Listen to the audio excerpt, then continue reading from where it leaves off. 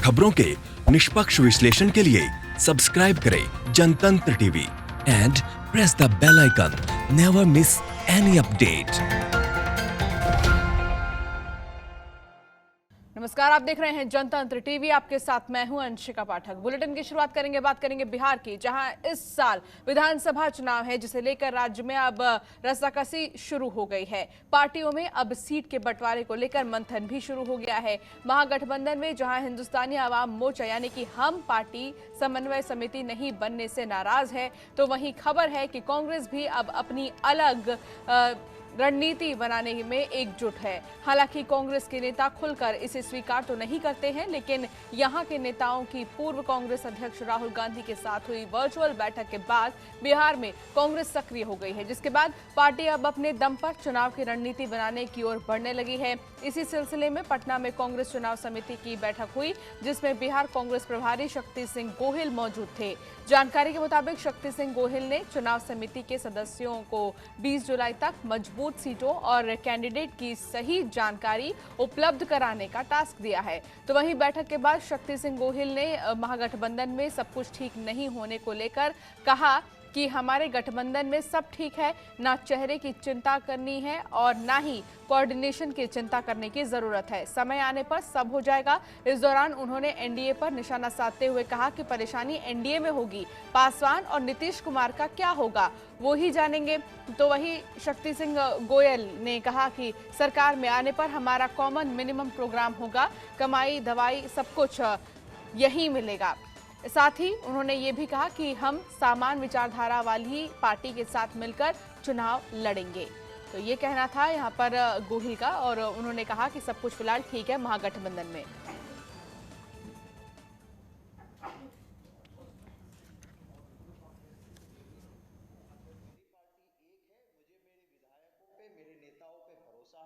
इन सब बातों का लिए हम जरूर काम करेंगे।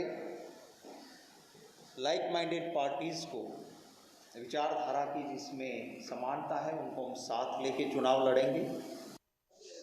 लॉकडाउन क्यों करना चाहिए?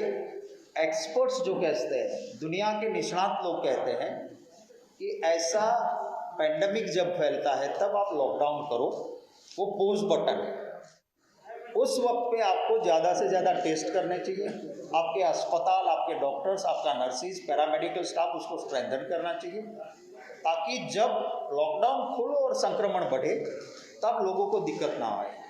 देश में मोदी जी ने गलती की, यहाँ फिर से दोहरा रहे। देखिए, मैंने कहा कि हमारे बीच में कोऑर्डिनेशन है। कल तेजस्वी भाई ने हमको डिनर पे बुलाया था, तो मैं, मदन भाई, सदानंद बाबू, हमारे सेक्रेटरी वीरेंद्र राठौर जी, अखिलेश सिंह जी, हम गए थे।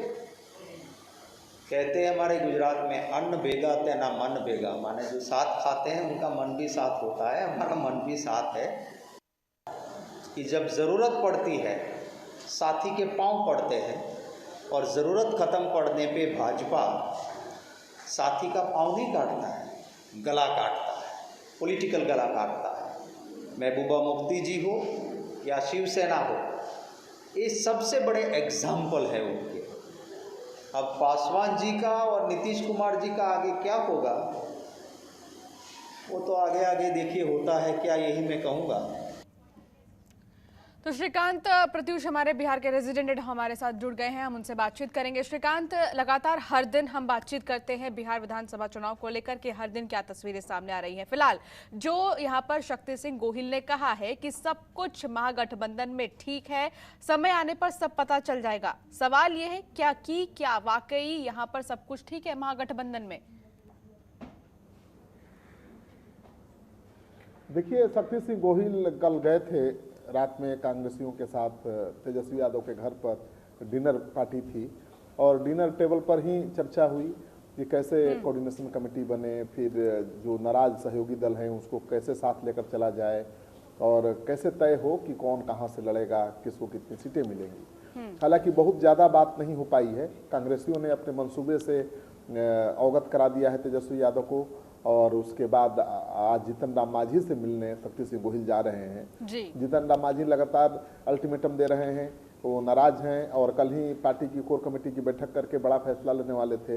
लेकिन अब कांग्रेस पार्टी की सक्रियता के बाद उन्होंने ये बैठक टाल दी है और अब लगता है कि 1 सप्ताह 10 दिन इंतजार वो भी करेंगे।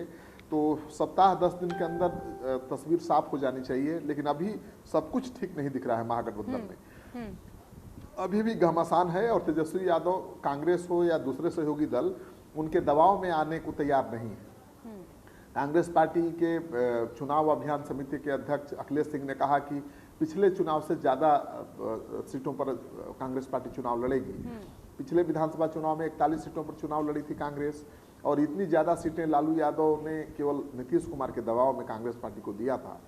अब जब नीतीश कुमार बीजेपी के साथ चले गए हैं तो सवाल उठता है कि क्या कांग्रेस पार्टी को इतनी सीटें मिल पाएंगी जितनी पिछले विधानसभा में मिली थी। कांग्रेस पार्टी तो उम्मीद पाले हुए कि और ज्यादा मिलेगी, लेकिन ये मानकर चलिए कि ज्यादा नहीं मिलेगी, पिछली सीटें ही बरकरार रह जाए वही काफी है। बिल्कुल, ये बहुत महत्वपूर्ण बात आप कह रहे हैं। लेकिन इन सब के बीच एक चीज और, गोहिल का कहना था कि हमारे महागठबंधन में किसी तरह की कोई चिंता की बात नहीं है, चिंता तो यहाँ नीतीश कुमार को करना चाहिए। चिराग पासवान को लेकर उन्होंने कहा है, तमाम बातें कही हैं। फिलहाल चिराग पासवान को लेकर क्या जानकारी मिल रही है श्रीकांत? अभी क्या उनकी तरफ से कुछ बातें सामने आई हैं? देखिए, चिराग पासवान के तेवर लगातार तल्ख हैं और उनको आशंका है कि उनकी पार्टी की सीटें कम हो सकती है, क्योंकि पिछला विधानसभा चुनाव जब वो लड़े थे तो वो बीजेपी के साथ ही थे, उपेंद्र कुशवाहा भी साथ थे और नीतीश कुमार आरजेडी के साथ थे। इस बार नीतीश कुमार आरजेडी को छोड़कर बीजेपी के साथ आ चुके हैं। ऐसे में नीतीश कुमार सबसे बड़े पार्टनर हैं एनडीए के और उनको लगता है कि नीतीश कुमार के आने के बाद उनकी सीटें घट सकती हैं और इसी बात को लेकर वो दबाव बनाए हुए हैं कि पिछले चुनाव से कम सीटों पर वो चुनाव नहीं लड़ेंगे। और आज उनकी पार्टी की बिहार संसदीय बोर्ड की बैठक है दिल्ली में। इस बैठक में कोई बड़ा ऐलान भी कर सकते हैं। लगातार वो संकेत दे रहे हैं कि उनकी तैयारी 119 सीटों पर चुनाव लड़ने की है और अब तो 243 सीटों पर चुनाव की तैयारी में उनकी पार्टी जुटी है। लेकिन सवाल ये उठता है कि 243 सीटों पर जो चुनाव की तैयारी है चिराग पासवान की, वो एनडीए को जीत दिलाने के लिए है या फिर अकेले चुनाव लड़ने की? क्योंकि रामविलास पासवान ने आज संकेत दे दिया है कि चिराग पासवान ही पार्टी के सर्वे सर्वा हैं। रामविलास पासवान ने कहा कि चिराग पासवान ही पार्टी के सुप्रीमो हैं और वो फ्री हैं कोई भी फैसला लेने के लिए। तो रामविलास पासवान एक तरफ प्रधानमंत्री की तारीफ करते दिखे, दूसरी तरफ चिराग पासवान को भी उन्होंने इंडिपेंडेंट बता दिया, स्वतंत्र बता दिया कि वही पार्टी के सुप्रीमो हैं और कोई भी फैसला लेने के लिए स्वतंत्र हैं। तो चिराग पासवान के तेवर लगातार तल्ख बने हुए हैं। वो बीजेपी के भरोसे में रहकर अपना पार्टी का इंटरेस्ट प्रोटेक्ट करना चाहते हैं। अब देखना यह है कि बीजेपी नीतीश कुमार की नाराजगी के बावजूद किस हद तक चिराग पासवान के पार्टी के इंटरेस्ट को प्रोटेक्ट कर पाती है, ये देखने वाली बात होगी। हम आगे भी चर्चा करेंगे। श्रीकांत, आप बने रहिए हमारे साथ। तो वहीं दूसरी ओर आरजेडी भी विधानसभा चुनाव की तैयारी में जोर शोर से लगी है। इस बीच विधानसभा चुनाव की तैयारी को लेकर तेजस्वी यादव ने अपनी पार्टी के नेताओं की अहम बैठक बुलाई है। पूर्व मुख्यमंत्री राबड़ी देवी के 10 सर्कुलर आवास पर हुई इस बैठक में तेजस्वी ने पार्टी नेताओं को संबोधित भी किया। बताया जा रहा है कि तेजस्वी ने अपने संबोधन में पार्टी पदाधिकारियों को चुनाव की तैयारी में जुट जाने के निर्देश दिए हैं। साथ ही तेजस्वी ने पार्टी नेताओं में जोश जगाते हुए उनसे व्यक्तिगत हित छोड़कर पार्टी हित में काम करने को भी कहा है। इसके अलावा उन्होंने पूरे प्रदेश में पार्टी कार्यकर्ताओं के लिए ट्रेनिंग कार्यक्रम शुरू किए जाने की घोषणा की है, जो कि 14 जुलाई से शुरू होगी। इस कार्यक्रम में 4 जिले के आरजेडी कार्यकर्ताओं को एक साथ ट्रेनिंग दी जाएगी। यहाँ पर तो ये महत्वपूर्ण बात है कि यहाँ पर ट्रेनिंग कार्यकर्ताओं को दी जाएगी।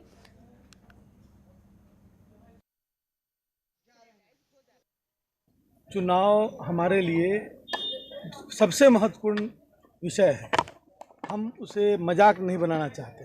हमारी पार्टी ने पहले ही बता दिया है कि जो एक खास स्तर के लोग हैं, खास आर्थिक स्तर के लोग हैं, उन लोगों का चुनाव बनाया जा रहा है। ये राष्ट्रीय जनता दल जैसी पार्टी जिसका रीच समाज के अंतिम पंक्ति और गांव के अंतिम छोर तक है, उनके लिए चुनाव का डिजाइन नहीं हो रहा है। तो श्रीकांत प्रत्युष लगातार हमारे साथ बने हैं, उनसे हम बातचीत करेंगे। तो श्रीकांत, लगातार यहाँ पर देखा जा रहा है कि तेजस्वी यादव जितने भी कार्यकर्ता हैं उनके लिए तमाम ट्रेनिंग सेंटर्स भी खोल रहे हैं कि ताकि वहां पर कार्यकर्ताओं को ट्रेन किया जाए चुनाव के मद्देनजर। साथ ही एक जोश भरने का काम भी वो कर रहे हैं तेजस्वी यादव। लेकिन सवाल ये है कि उनके अंदर जोश कौन भरेगा? वो कब तैयारी अपनी शुरू करेंगे? अस्तित्व में रहने के लिए बयान तो दे रहे हैं, सामने भी आ रहे हैं, हर दिन रैलियां निकाल रहे हैं, विरोध प्रदर्शन के जरिए भी सामने आ रहे हैं, पूरा फुटेज उनको मिल रहा है, लेकिन तैयारियां कहां तक अभी पहुंची है तेजस्वी यादव की? क्या लगता है आपको? देखिए, तेजस्वी यादव अभी कुछ दिनों से एक्टिव हैं और सुपर एक्टिव है कह सकते हैं। लगातार प्रेस कॉन्फ्रेंस कर रहे हैं, लगातार महंगाई को लेकर साइकिल मार्च भी कर रहे हैं। तो आज उनके घर पर पार्टी के जिला अध्यक्षों, प्रधान महासचिवों और नवगठित प्रकोष्ठ के प्रदेश अध्यक्षों की बैठक हुई और इस बैठक में ये चर्चा हुई कि किस तरह से हमको बूथ जीतना है, बूथ स्तर के कार्यकर्ताओं को, बूथ स्तर के कमेटी को कैसे मजबूत बनाना है।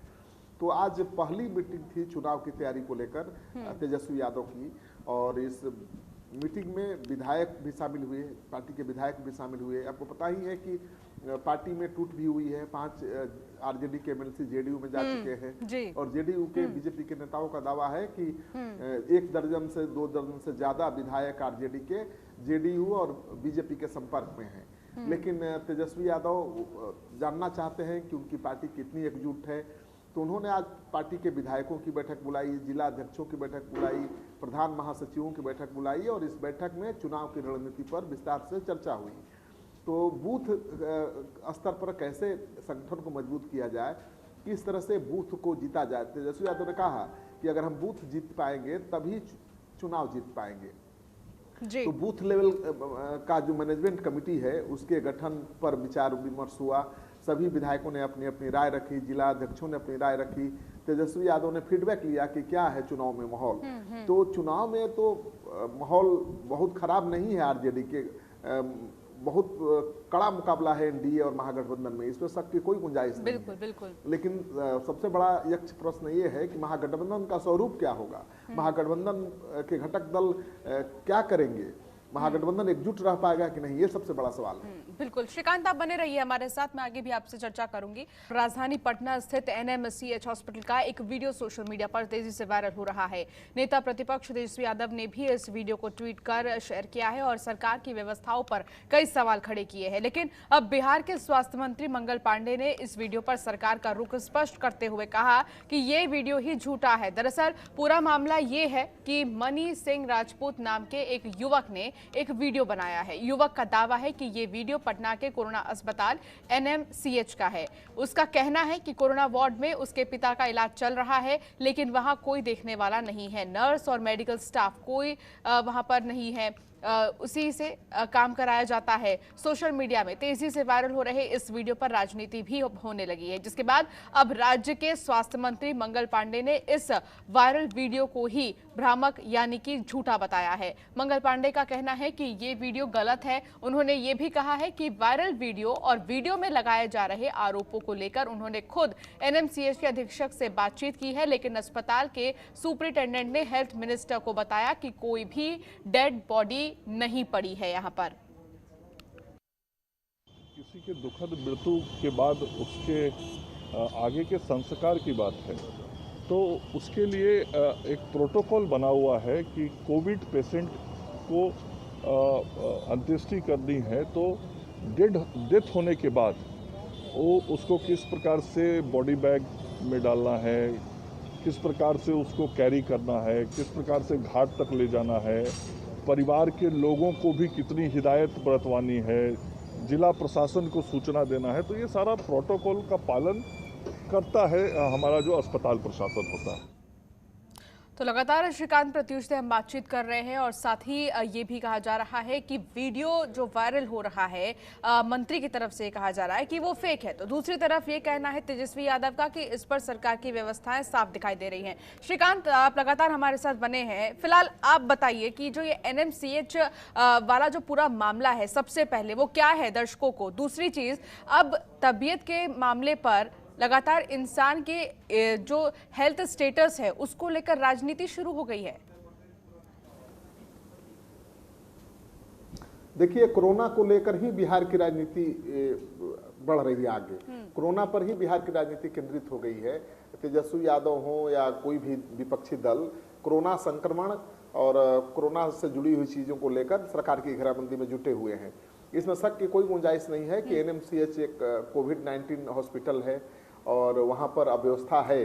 पहले हम भी खबर दिखा चुके हैं कि वहाँ पर जो एडमिट थे कोरोना के पेशेंट, उन्होंने दिखाया था कि व्यवस्था नाम की कोई चीज़ नहीं है। एक बाथरूम का इस्तेमाल 10-10 मरीज कर रहे हैं, वहाँ पर सैनिटाइजेशन की कोई व्यवस्था नहीं है, अलग से न तौलिया है न रूम, कुछ नहीं व्यवस्था है।